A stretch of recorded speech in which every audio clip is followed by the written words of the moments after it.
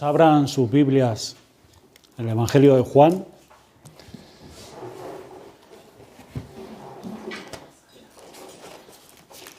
Capítulo 8.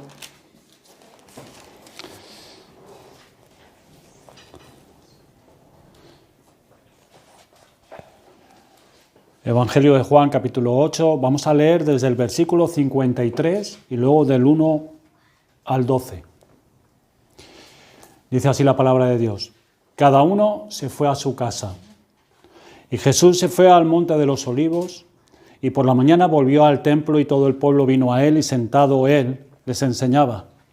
Entonces los escribas y los fariseos le trajeron una mujer sorprendida en adulterio, y poniéndola en medio, le dijeron: Maestro, esta mujer ha sido sorprendida en el acto mismo de adulterio.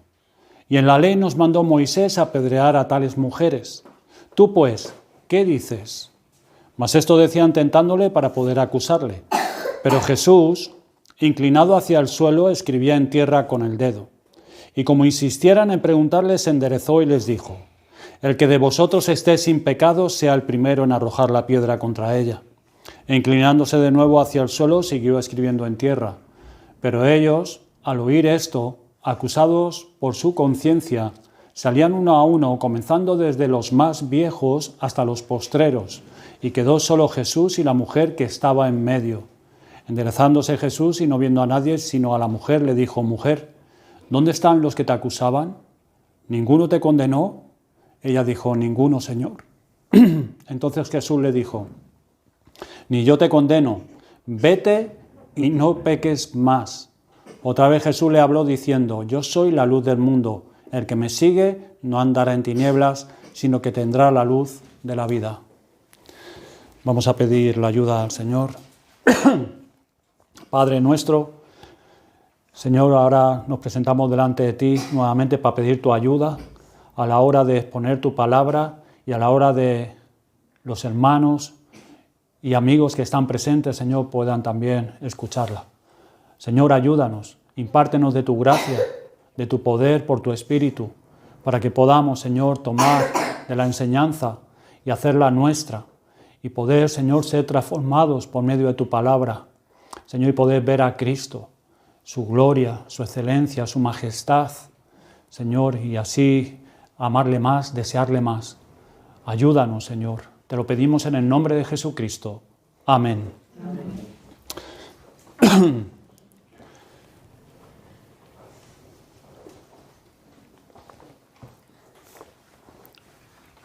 Caminamos por la playa y podemos disfrutar muchas veces de una agradable brisa cuando tenemos tiempo y podemos caminar por allí, por la playa.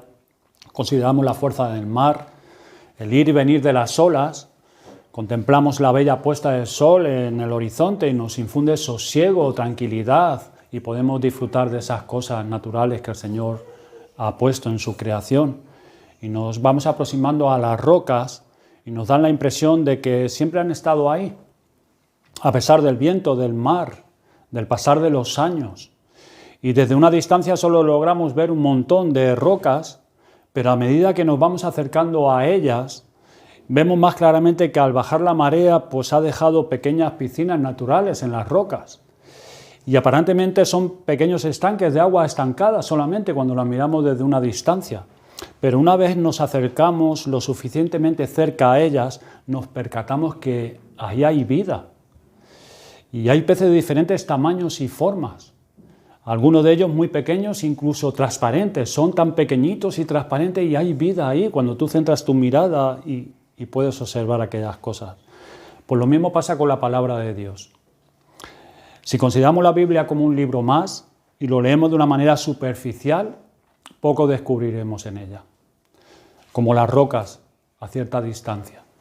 Pero si por la gracia de Dios y la iluminación de nuestra mente por el Espíritu Santo la leemos como debe ser leída, esto es como la revelación de Dios para nosotros, comprobamos que la palabra de Dios es viva y eficaz. Y profundizamos más en ella. Experimentaremos que es viva, es una palabra viva, una palabra que transforma, que es real. Quiera Dios mostrarnos las maravillas de su palabra en la persona de su Hijo Jesucristo en esta mañana, para que le adoremos más reverentemente, le amemos más de corazón, le sirvamos con más celo y diligencia y para que confiemos en Él más plenamente. Y seamos preparados también para participar de los sacramentos con un corazón más fervientemente. He empezado leyendo el versículo 53, cada uno se fue a su casa, porque este versículo nos conecta con lo ocurrido anteriormente. Y exactamente es en el capítulo 7, desde el versículo 1 al versículo 52. Y leemos que estaba cerca la fiesta de los tabernáculos, que se celebraba en Judea, pero ahí, cuando empezamos a leer, vemos que el Señor no quería ir a esa fiesta porque los judíos procuraban matarle. ¿Por qué se demoró Jesús subir a la fiesta? La respuesta está probablemente en esa dirección. De haber ido de inmediato con sus hermanos, como sus hermanos le habían dicho, sube a la fiesta con nosotros, hubiera habido mucho tiempo para que el Sanedrín planeara su arresto en ese tiempo y así poderle dar muerte. Pero Jesús sabía que su muerte como Cordero de Dios debía tener lugar en la siguiente Pascua, no durante esta fiesta de los tabernáculos. Por esto Él se demora. Pero después de que sus hermanos hubieran ido, Él también fue, pero no abiertamente, sino en secreto, como nos dice el versículo 10. La fiesta de los tabernáculos duraba 8 días. Si quieren luego leerlo ustedes, está en Levítico capítulo 23. Esta se celebraba desde el día 15 al día 22 del mes séptimo, lo cual equivale aproximadamente en nuestro mes de octubre. Era una fiesta de acción de gracias por la vendimia. Pero además de ser una fiesta de cosecha, también era una conmemoración gozosa de la dirección divina concedida a los antepasados en su travesía por el desierto. Puesto que se celebraba inmediatamente después del día de expiación, era muy prominente la idea de gozo después de la redención. Era una fiesta gozosa entre los judíos, de mucha alegría, mucho fervor. Se hacía un sacrificio especial de 70 bueyes en escala diaria decreciente. Se tocaban todos los días las trompetas del templo. Se celebraba la ceremonia del derramamiento de agua sacada de Siloé en conmemoración del manantial refrescante que había brotado milagrosamente de la roca en Meriba y en anticipo de las bendiciones tanto para Israel como para el mundo. Se iluminaba el patio interior del templo, donde la luz de los grandes candelabros recordaba la columna de fuego nocturno que había servido de guía a través del desierto. Y había un desfile de antorchas por toda la ciudad de Jerusalén. Y sobre todo en todas partes, tanto en Jerusalén como en sus alrededores, en las calles, en la plaza, incluso en los techos de las casas, se levantaban cabañas. Estas viviendas de hojas proveían refugio a los peregrinos que venían de todas partes para asistir a esta fiesta. Pero sobre todo recordaban la vida de los antepasados en el desierto. Nos dice que el Señor Jesucristo a la mitad de la fiesta subió al templo y allí enseñaba, versículo 14. Muchos de la multitud que estaban en el templo creyeron en Él y decían, ¿el Cristo cuando venga hará más señales que las que éste hace? Los fariseos, cuando oyeron lo que la multitud decía acerca de Jesús, enviaron alguaciles para que le prendiesen. Verso 32. Y en el versículo 37, en el último y gran día de la fiesta, Jesús se puso en pie y alzó la voz diciendo, si alguno tiene sed, venga a mí y beba. El que cree en mí, como dice la Escritura, de su interior correrán ríos de agua viva. Y vemos la división que esto produjo entre el pueblo oyendo estas palabras. Unos decían, verdaderamente este es el profeta. Otros decían, este es el Cristo. Pero algunos decían, ¿de Galilea ha de venir el Cristo? Y hubo disensión entre la gente por causa de él y algunos de ellos querían prenderlo, pero ninguno le echó mano. Lo vemos del versículo 43 al 44. Ese mismo día, al caer la tarde, volvieron los alguaciles que habían sido enviados por los principales sacerdotes para prender a Jesús, y ellos vinieron a los principales con las manos vacías. Y esto le preguntaron, ¿por qué no la habéis traído? Y los alguaciles respondieron, jamás hombre alguno ha hablado como este hombre. Jamás. Cuando los oficiales dijeron esto, jamás hombre alguno ha hablado como este hombre, quisieron decir, jamás hemos escuchado a hombre alguno hablar tan divinamente, con una gracia y verdad tan naturales y por ello tan convincente y eficazmente. Pero los de Sanedrín, los principales, con aire de superioridad, desprecian a estos alguaciles al no conocer la ley. Y ellos le dicen, ¿también vosotros habéis sido engañados? ¿Acaso ha creído alguno de los gobernantes o de los fariseos? ¿Qué es lo que les están diciendo los fariseos aquí a los alguaciles? ¿Acaso ha creído alguno de nosotros, los fariseos, los alguaciles, los principales sacerdotes?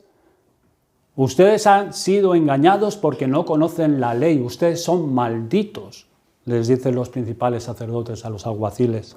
Ustedes son malditos. Llenos de violencia, odio y frustración, los tratan como gente maldita, como chusma, como ignorantes. Así eran los fariseos. Y llenos de envidia y con deseos frustrados de destruir a Jesús, se va cada uno a su casa. Y esto nos conecta ahora con nuestro pasaje que vamos a desarrollar en esta mañana, que es el incidente de la mujer sorprendida en adulterio.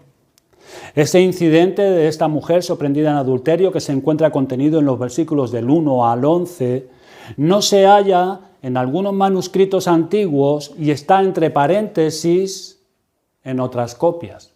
¿Se acuerdan del estudio que dimos la semana pasada? Como es sabido, el Nuevo Testamento fue escrito originalmente en griego y los manuscritos existentes han sido utilizados para recopilar el texto actual. Westcott y Hort, que los nombramos la semana pasada, omitieron este incidente de su posición en este capítulo 8 de Juan, aunque luego lo insertan al final de este evangelio, lo ponen al final.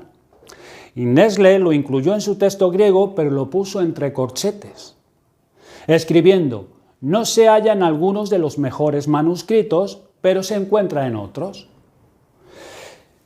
Nosotros sostenemos que pertenece al texto y que algunos escribientes de antaño dejaron de copiarlo porque simplemente no podían resignarse a aceptar lo que dijo este texto. Por tanto, han perdido una gran verdad espiritual que nosotros no vamos a perder.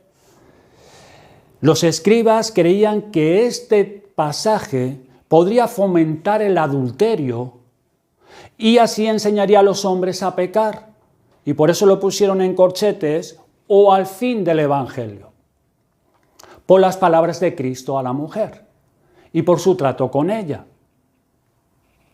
Y por eso lo hallamos de esa manera en algunos manuscritos antiguos, pero no así en los manuscritos que usaron la Reforma.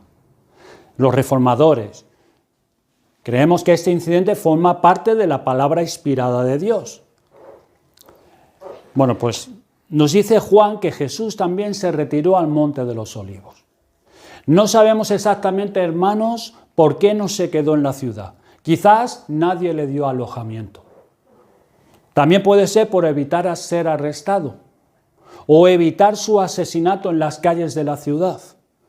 El Señor seguía la agenda divina y él tenía que procurar ajustarse a la voluntad de su Padre. Cristo no debía provocar nada que no estuviera en los propósitos de Dios su Padre y tampoco evitar aquello que el Padre había determinado en el tiempo oportuno. Sea lo que fuere, temprano por la mañana volvió otra vez al templo y como era de costumbre, todo el pueblo vino a él y les enseñaba. En nuestro pasaje encontramos a Jesús, a una multitud que vino a él, a una mujer sorprendida en el acto mismo de adulterio y a los fariseos y escribas. Lo primero que llama mi atención es que después de todo lo ocurrido, el día anterior es que por la mañana volviera al templo. Hermanos, si yo hubiera estado el día anterior con Jesús y con sus discípulos, el lugar que yo menos quisiera visitar es el templo. Yo no hubiera querido para ahí. Hubiera propuesto ir a otro sitio, dar un rodeo. pero lo que menos yo hubiera querido es visitar el templo. Pero vemos que el Señor Jesús, aun a pesar de las amenazas de los judíos, de la presencia hostil de los guardias y de los deseos homicidas de los principales sacerdotes, por la mañana fue al templo. Su disposición no era provocar a las autoridades, no es presentarse con un aire de vencedor porque había salido airoso el día anterior. No, él madrugó temprano y volvió al templo para hacer la voluntad de su Padre.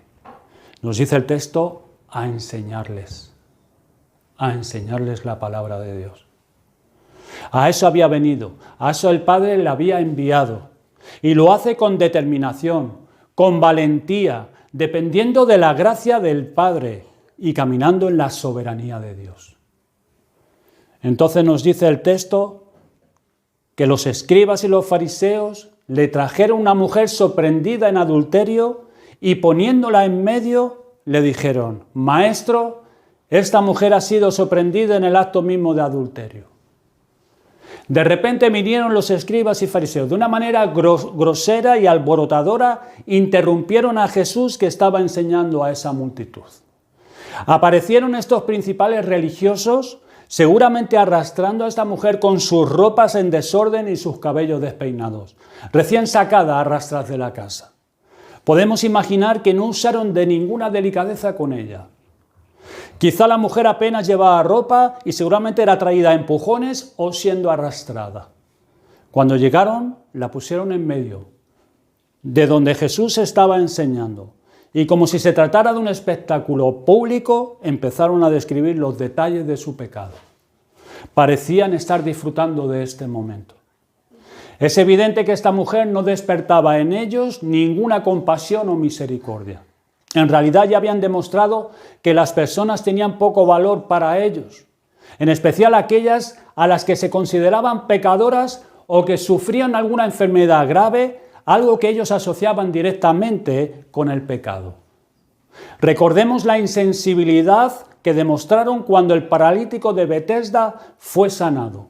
Fueron incapaces de sentir la más mínima alegría por la recuperación milagrosa que había experimentado este hombre.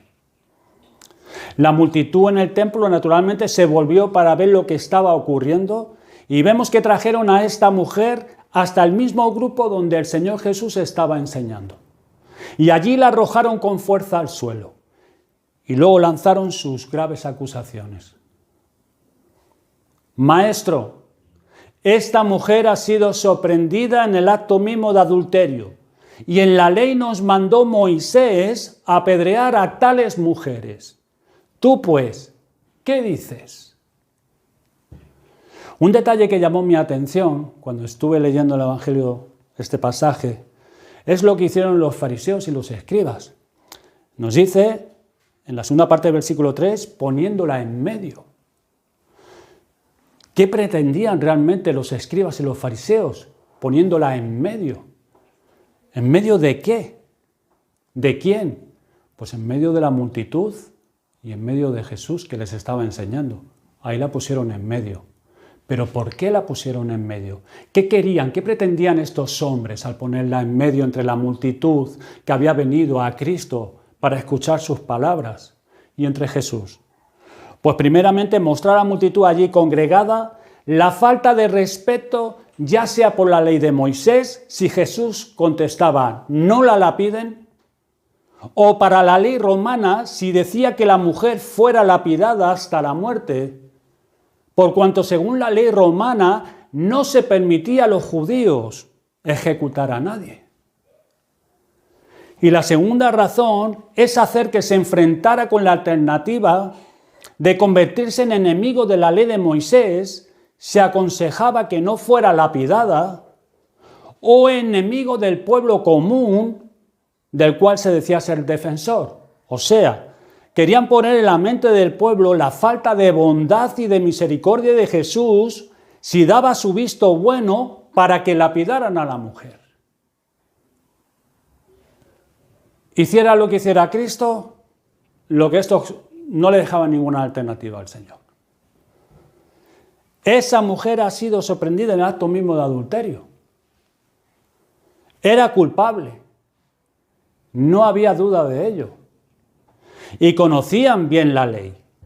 En Levítico, en el capítulo 20, versículo 10, dice: si un hombre cometiere adulterio con la mujer de su prójimo, el adúltero y la adúltera indefectiblemente serán muertos. Muertos. Tenían razón en cuanto a la ley de Moisés. Y no había ninguna manera de suavizarla. Esa mujer debía ser apedreada. Pero el hecho mismo de que no presentaron al hombre, porque el hombre también tendría que ser apedreado, pero el hecho mismo de que no presentaran al hombre, que no lo trajeran, también pone en evidencia que no estaban interesados estos hombres en hacer cumplir la ley. Tenían otro motivo. ¿Cuál era ese motivo que ellos tenían? Los escribas y fariseos no tenían ningún reparo en utilizar a la mujer sorprendida en adulterio como carnaza humana con la que intentar prender a Jesús en alguna palabra con la que pudieran acusarle. Hicieran esto para atraparle, para poder acusarle. En realidad no tenían ni interés alguno en apedrear a esta mujer. Esta mujer era el medio para poder destruir a Jesús. Lo que querían era apedrear a Jesús. Es lo que ellos querían. Ese era su motivo. La razón la podemos leer más adelante. Mas esto decían para tentarle, para tener de qué acusarle. No estaban primordialmente interesados en ella. Simplemente era el medio. Usaban ese caso para llegar hasta Jesús, quien era la víctima que verdaderamente perseguían. Perseguían a Jesús. Lo habían intentado el día anterior y habían fracasado. Estaban resentidos, llenos de envidia por su orgullo, su altivez. Habían fracasado el día anterior.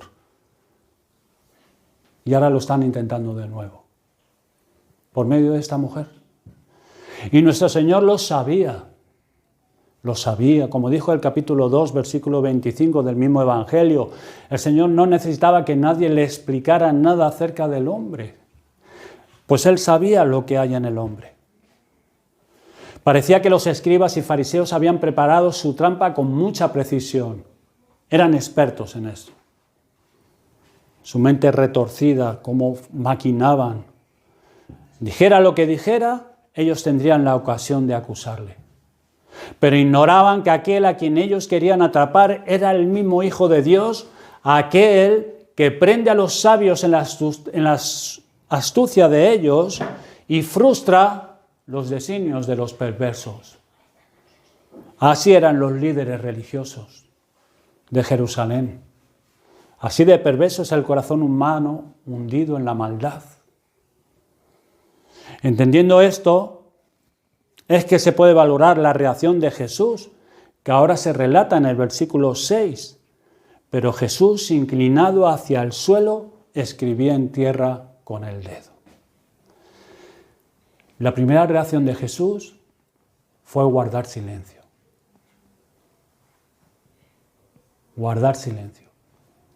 En realidad, Él ya les había dicho en otras ocasiones que Dios no había enviado a su Hijo al mundo para condenar al mundo, sino para que el mundo fuese salvo por Él. Y un poco más adelante, en Juan 8:15, les aseguró a los judíos que Él no juzgaba a nadie. Es cierto que un día juzgará a vivos y muertos, pero ese día todavía no había llegado. Mientras el Señor callaba, hizo algo que ha despertado la curiosidad de muchos. Dice: Jesús, inclinado hacia el suelo, escribía en tierra con el dedo. ¿Qué es lo que escribía? Bueno, pues algunos piensan que estaba escribiendo todos los nombres y todos los pecados de aquellos que habían hecho la acusación. Otros creen que se inclinó hacia abajo con el fin de escribir la ley que Dios había dado a Moisés, los 10 mandamientos. Pero hermanos, esto no tiene ninguna razón, porque estos hombres estaban sedientos de violencia, querían atrapar a Cristo. ¿Tú te imaginas todo el tiempo de poner todos los nombres de todos los que estaban allí, toda la multitud que habían traído a esta mujer a rastras, todos los pecados que estaban cometiendo ellos, o los 10 mandamientos escribiéndolo el Señor? Ellos no podían aguantar. Fue una pregunta. ¿Qué dices tú? ¿Qué tenemos que hacer con esta mujer? ¿Quieren saber lo que Cristo estaba escribiendo? No lo sé. Es que no lo sé, no importa, no es importante. No es importante. Lo que es importante es el Señor Jesucristo, lo que Él está haciendo ahí. Eso es lo que importa. No sabemos. No hay forma de saber con certeza qué es lo que estaba escribiendo. Hendriksen dice al respecto, consulté, y es interesante. Dice, el Señor no ha querido revelarnos si Jesús escribió ciertas palabras o dibujó algo. Y en el primer caso, en el caso de que si escribió algo, ¿para quién lo escribió o por qué lo escribió? Sin embargo, si se tuviera que explicar, debería hacerse de acuerdo con el contexto, el cual, como hemos visto, describe las profundidades de la depravación humana. La depravación no tanto de esta mujer, sino más bien de estos escribas y fariseos perversos y engreídos, de estos hombres de corazón homicida, dispuestos a utilizar a esta mujer como simple instrumento para llevar a cabo su plan siniestro contra Jesús. Y de acuerdo con este contexto, prosigue Hendriksen, creemos que hay mucho que decir en favor de la explicación de que Jesús estaba tan sorprendido de la abierta dureza de sus enemigos, que permaneció silencioso por largo tiempo, simplemente garabateando o letras en la arena. Fue un silencio más elocuente que las palabras. Los perseguidores siguen insistiendo en obtener respuesta. Quieren una respuesta por parte de Jesús. Y podemos imaginar la conversación fue más o menos así mientras rodeaban al Señor. ¿Qué dices tú? ¿Estás de acuerdo con Moisés? ¿Qué dices? ¿La lapidaremos como exige la ley de Moisés o la dejaremos libre? ¿Qué dices tú? ¿Qué dices tú? Esa fue su insistencia. Y como insistieran en preguntarles, se enderezó y les dijo: el que de vosotros esté sin pecado, sea el primero en arrojar la piedra contra ella. E inclinándose de nuevo hacia el suelo, siguió escribiendo en tierra. ¡Qué respuesta! ¡Qué respuesta de nuestro Señor Jesucristo! De forma magistral, el Señor cambió la atención de la mujer tirada en el suelo a los acusadores. El que de vosotros esté sin pecado, sea el primero en arrojar la piedra contra ella. Jesús se levantó y dio una respuesta que solo Él podía dar. No le quitó importancia al pecado de la mujer, ni tampoco abolió el 7º mandamiento, ni tampoco dijo que descartaba la ley que exigía la pena de muerte para ofensas como esta. Los judíos siempre invocaban la ley pensando en aplicar sus castigos a otros, pero ellos mismos nunca se colocaban bajo su autoridad. Pero el Señor los obligó a que examinaran su propio corazón. En realidad, lo que el Señor pretendía enseñarles es que en materia de juicio es tan importante la culpabilidad del acusado como la inocencia de los acusadores. El Señor no negó la culpabilidad de la mujer, pero ¿estaban ellos libres de pecado? ¿No respiraban ellos odio contra Jesús y buscaban la forma de matarle? Es importante notar que el Señor no dijo que la mujer no hubiese pecado o que su transgresión fuera pequeña. Lo que hizo fue recordar a sus acusadores que no eran ellos quienes podían formular cargo alguno contra ella, porque sus motivos no eran rectos y sus vidas distaban mucho de ser puras. Le mostró que no eran dignos de ejecutar la misma ley que aparentemente tanto deseaban cumplir. Lo que hizo arder de indignación sus mejillas fue el hecho de que estos hombres, que tenían la intención de cometer el pecado de homicidio contra el mismo Mesías, se presentaran como si estuvieran escandalizados por la ofensa infinitamente menor, aunque grave, de esta mujer. Por eso dijo: el que de vosotros esté sin pecado sea el primero en arrojar una piedra contra ella, o la piedra contra ella. Y nos dice el texto que al oír ellos estas palabras, acusados por su conciencia, salían uno a uno, comenzando desde los más viejos hasta los postreros.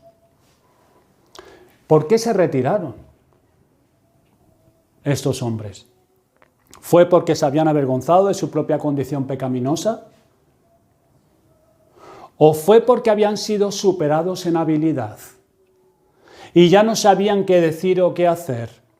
Al haber fracasado por completo, como el día anterior, en sacar de la boca de Jesús una respuesta que pudiera constituir la base de una acusación contra él. Pues nada en el contexto sugiere la primera alternativa. No fue porque fueron avergonzados de su condición pecaminosa.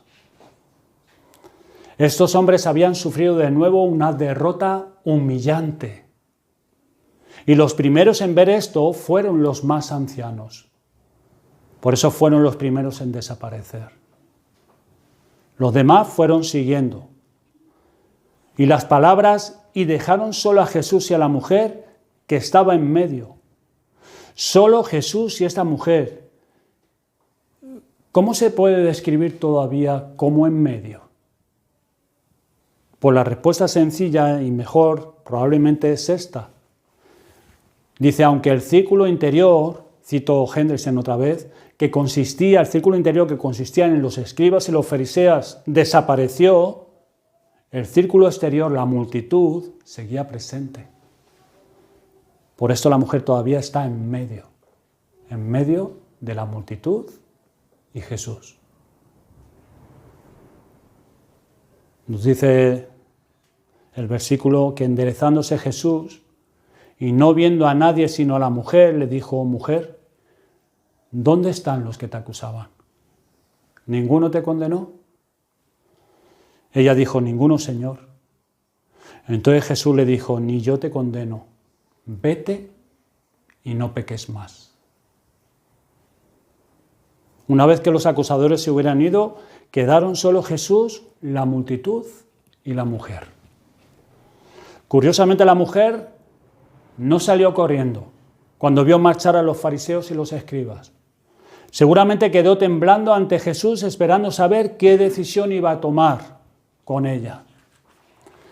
No entendemos, no sabemos qué conocimiento tenía esta mujer acerca de Cristo. Si lo consideraba un maestro, un profeta, no lo sabemos. Pero ella se quedó allí, esperando. A diferencia de los fariseos, Cristo no tenía pecado y por lo tanto estaba en condiciones de arrojar la primera piedra. ¿Qué haría Jesús? La mujer no presentó excusa alguna para su pecado. No intentó justificarse comparándose con otros pecadores peores que ella. De sobra sabía que era culpable. En lugar de esto, Jesús mostró rápidamente su misericordia. Ni yo te condeno, vete y no peques más. Y así pudo manifestar claramente nuestro Señor Jesucristo cuál era el propósito que había venido a este mundo. Juan 3:17, porque no envió Dios a su Hijo al mundo para condenar al mundo, sino para que el mundo sea salvo por él. En total conformidad a esta declaración, Jesús no repudió a esta mujer, ni la condenó como indigna del reino. Hay de hecho un lugar para adúlteros y adúlteras en ese reino, si dejan de vivir en adulterio. Y no solo para los adúlteros, sino para toda clase de pecadores. Y aquí hay otro detalle por el que podemos ver que Jesús no era indiferente al pecado. Inmediatamente después de que le dijo a la mujer que no la condenaba, le advirtió que debía abandonar su vida pecaminosa. Vete y no peques más. ¿Qué es lo que nos enseña esto el Señor Jesucristo? Que la misericordia no da licencia para el pecado. no da licencia para el pecado. El perdón gratuito nunca debe ser interpretado como una invitación para seguir pecando, sino para todo lo contrario. ¿Qué aprendemos de este pasaje? ¿Qué aprendemos de los escribas y de los fariseos? Pues en primer lugar, que no hay cosa más terrible para un pecador que caer en manos de otros pecadores. No hay cosa más terrible para un pecador. El pecado ciega las faltas propias, mientras que agudiza los sentidos para descubrir las de los demás. Y una vez que eso ocurre, el pecado ajeno es publicado y señalado como imperdonable. En realidad los hombres buscan el pecado en los demás porque piensan que esto les sirve para justificarse a sí mismos. Se comparan con otros y se sienten satisfechos de no haber caído tan bajo como ellos. Y con frecuencia se siente como aquel fariseo que entró a orar en el templo y decía: Dios, te doy gracias porque no soy como los otros hombres, ladrones, injustos, adúlteros y ni aún como este publicano. Pero pensar de este modo es una terrible equivocación, hermanos.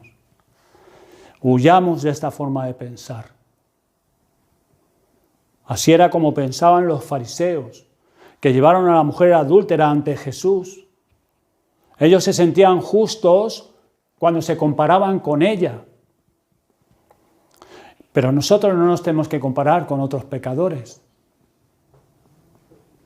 Nosotros pronto descubrimos que el pecado de otros no ayuda a ser justificados, no nos ayuda.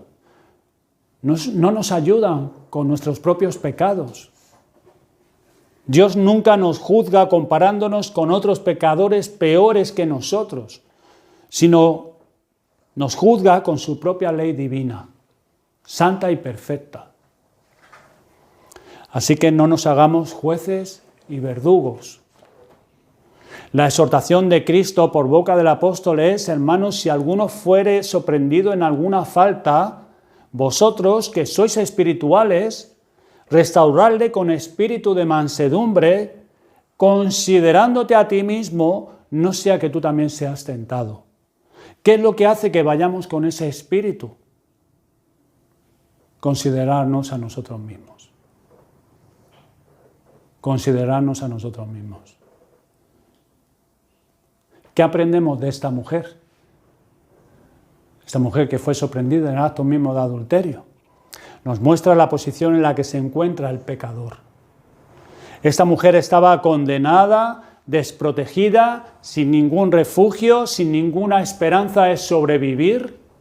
De hecho, no se menciona ella ni una palabra, dice, en todo este pasaje, sino al final cuando le pregunta al Señor Jesucristo. Convicta delante de Dios y de los hombres, esperando su sentencia. Esclava de sus pasiones y deseos. Condenada, esclava de sus pecados y de Satanás. Y nos muestra la gran necesidad de la gracia de Cristo. No sabemos qué ocurrió después con esta mujer. No sabemos nada. Salvó su vida física, pero no tenemos ninguna garantía que su alma fuese salvada. No lo sabemos. No, el texto no nos lo dice. Es seguro que su esposo la repudiara, no la dejarían entrar en el templo y fuera estigmatizada por la sociedad y tuviera por la vergüenza tener que marchar a otro lugar, salir de allí. Esas son las consecuencias del pecado. El pecado te engaña y te ofrece placer, pero al final su fruto es muy amargo, muy amargo. Y siempre, siempre trae pérdida a nuestra vida. Por eso el Señor le dijo: no peques más. ¿Qué aprendemos de la multitud que vino a Cristo? Que allí estaban. Hasta ahora sabemos que han estado presenciando todo lo acontecido. Han estado escuchando las enseñanzas de Cristo hasta que vinieron los fariseos. Han contemplado a una mujer sorprendida en adulterio siendo acusada por los líderes religiosos.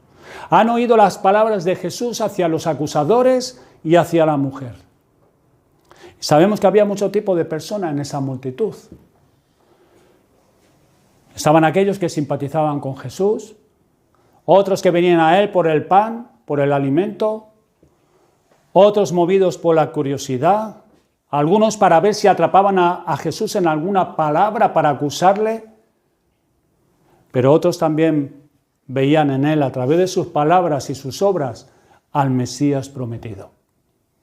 Pero a todos ellos y a nosotros Jesús nos dice: yo soy la luz del mundo. El que me sigue no andará en tinieblas, sino que tendrá la luz de la vida. Jesús es la luz del mundo. Es decir, Él nos anuncia sabiduría, nos imparte santidad y nos llena de gozo y de alegría. Además, a todos los que por la gracia soberana son atraídos a la luz y siguen su dirección, no solamente proclama estas bendiciones, sino que de hecho las imparte. El Señor dice: el que me sigue no andará en tinieblas. El que me sigue, seguir a la luz, o sea, a Cristo, significa confiar en Él y obedecerle. Eso significa seguir la luz, confiar en Él y obedecerle. Significa creer en Él y por gratitud guardar sus mandamientos. Y nos dice que no andarán en tinieblas.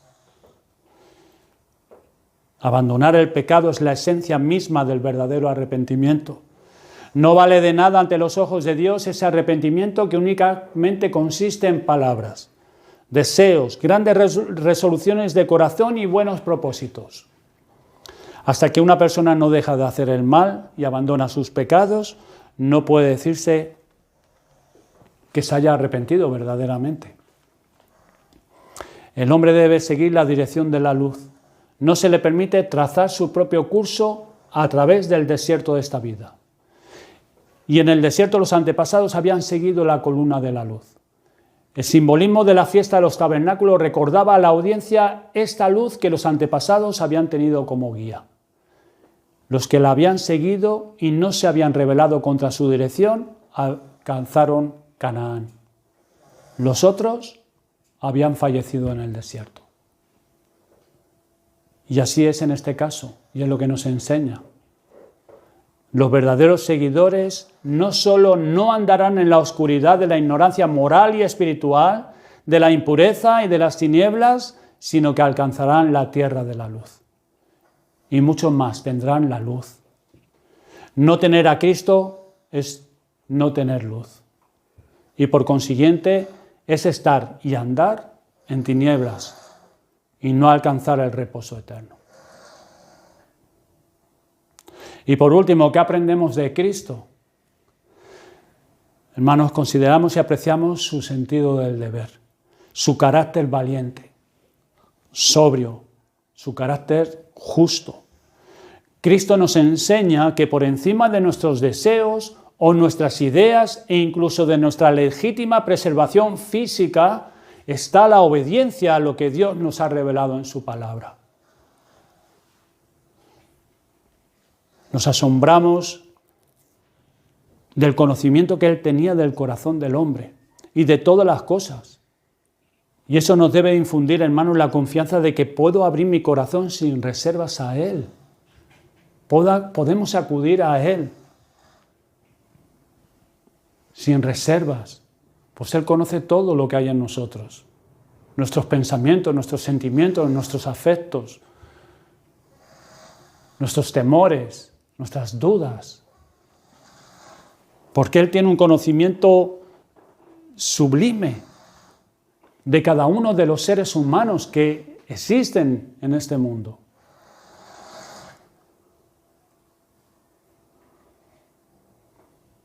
Nos asombramos de la sabiduría de Cristo a la hora de contestar sus palabras.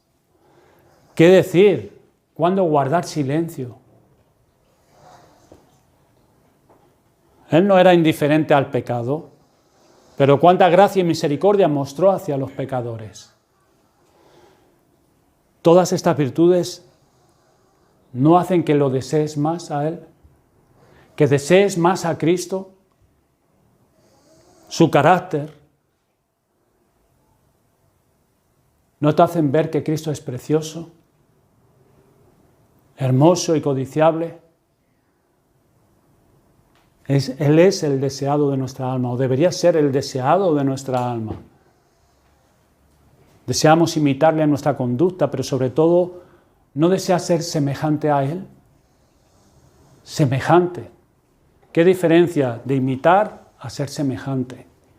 Imitar, quizás cualquier hombre puede imitar alguna virtud de Cristo, alguna virtud cristiana, pero ser semejante tiene que ver con la naturaleza, ser transformado. ¿Quieres ser semejante a Cristo?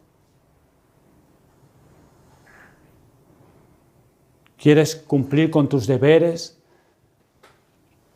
¿En saber cuándo hablar y cuándo guardar silencio? ¿Tener esa sabiduría de Cristo?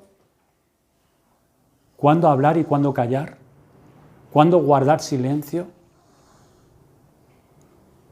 ¿Deseas mostrar gracia y compasión a aquellos que la necesitan? Es ser semejantes a Él, su carácter. ¿Quieres ser semejante a Él? Pasa mucho tiempo con Cristo. Pasa mucho tiempo con Él, con Cristo, en oración. Pidamos que podamos ver su hermosura y contemplar su grandeza como el Hijo de Dios. ¿Cómo? A través de la palabra de Dios. Acércate a las rocas, acércate a esos charcos y verás que hay vida ahí. Pasa mucho tiempo leyendo tu Biblia, estudia acerca de su persona. Cómprate libros, descárgate libros, si se puede, si te lo permiten, que puedas estudiar su persona, su carácter, sus obras. Enamórate de Cristo. Pasa tiempo con Él. Que puedas unirte a aquellos que dijeron, esos hombres rudos, alguaciles, que desobedecieron a los fariseos. Es que fíjate, les dieron una orden, ve y prende a Jesús, y vinieron con las manos vacías. Desobedecieron. Jamás hombre alguno ha hablado como este hombre. Jamás hombre alguno.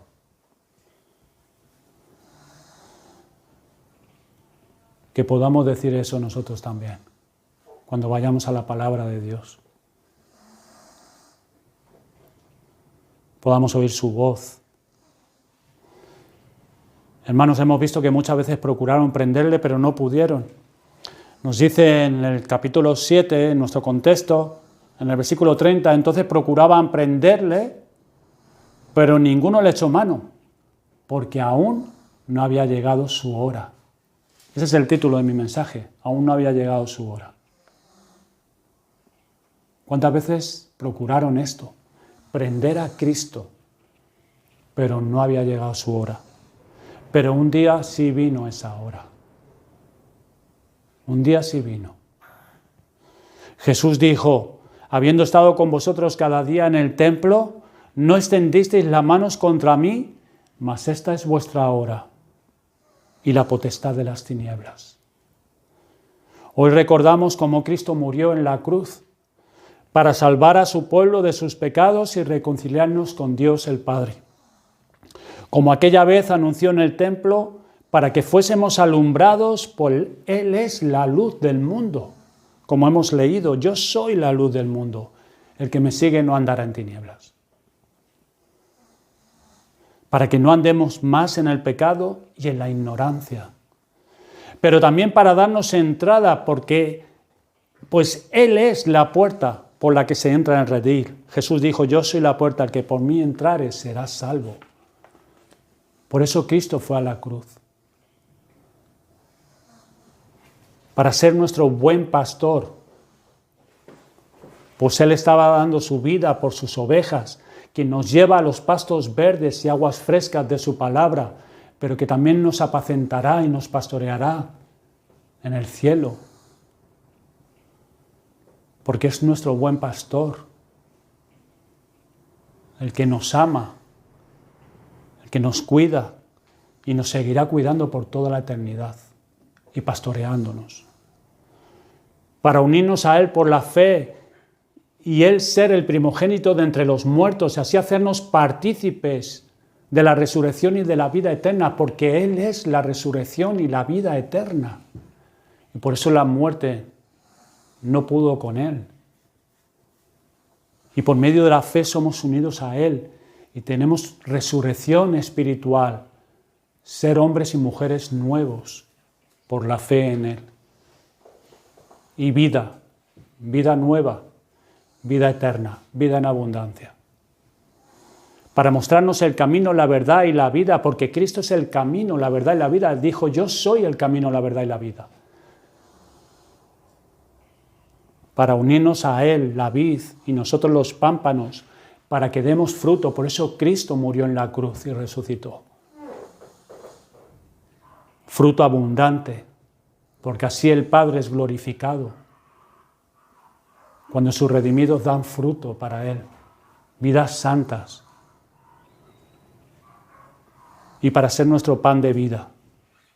Jesús dijo, yo soy el pan de vida. El que de mí come nunca tendrá hambre. Para que no tengamos nunca más hambre, sino que seamos saciados. En Juan 12, 14, 15 dice la Escritura, no temas, hija de Sión. He aquí tu rey viene montado sobre un pollino de asno. Y el apóstol Juan cita una profecía de boca de Zacarías que dice un poco diferente en el capítulo 9, versículo 9. En Juan dice, no temas, hija de Sión, pero en Zacarías dice, alégrate mucho, hija de Sión, da voces de júbilo, hija de Jerusalén. He aquí tu rey, vendrá a ti, justo y salvador, humilde, y cabalgando sobre un asno, sobre un pollino de asna. Es así como Cristo fue a la cruz en esa Pascua, justo y salvador y humilde. Qué precioso es Cristo, qué precioso es nuestro Señor, justo y salvador y humilde. Y humilde, esa fue su disposición, humilde.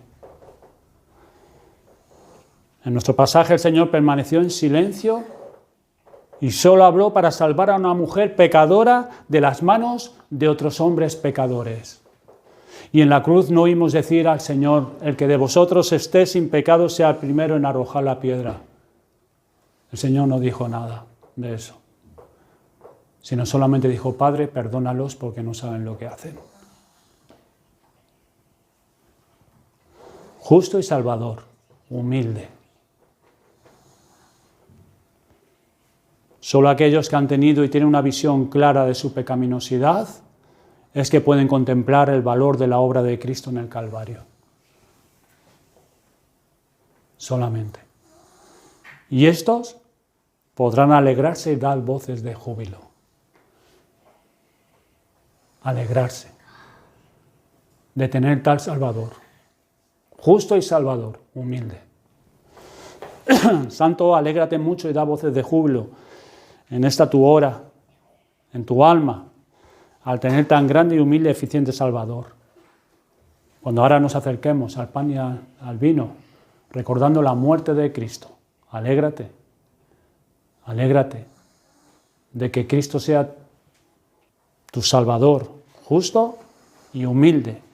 Renovemos nuestra entrega, nuestro amor a Cristo, nuestro servicio a Él, por amor. Es la respuesta natural que tenemos que darle, esforzándonos en nuestra salvación con temor y temblor, haciendo todo lo que el Señor nos ha dado, nos ha capacitado para que nos esforcemos en nuestro camino, en nuestra peregrinación, hasta que lleguemos a Él. Vamos a dar gracias al Señor.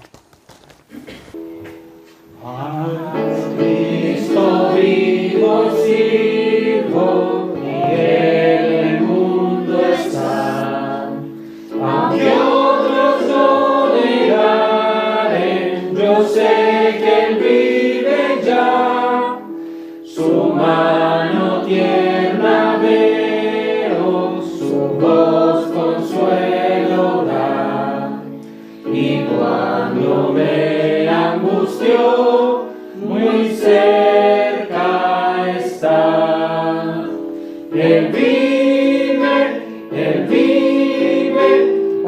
vive el Salvador. Conmigo está y me guardará, mi amante Redentor. Él vive, imparte salvación.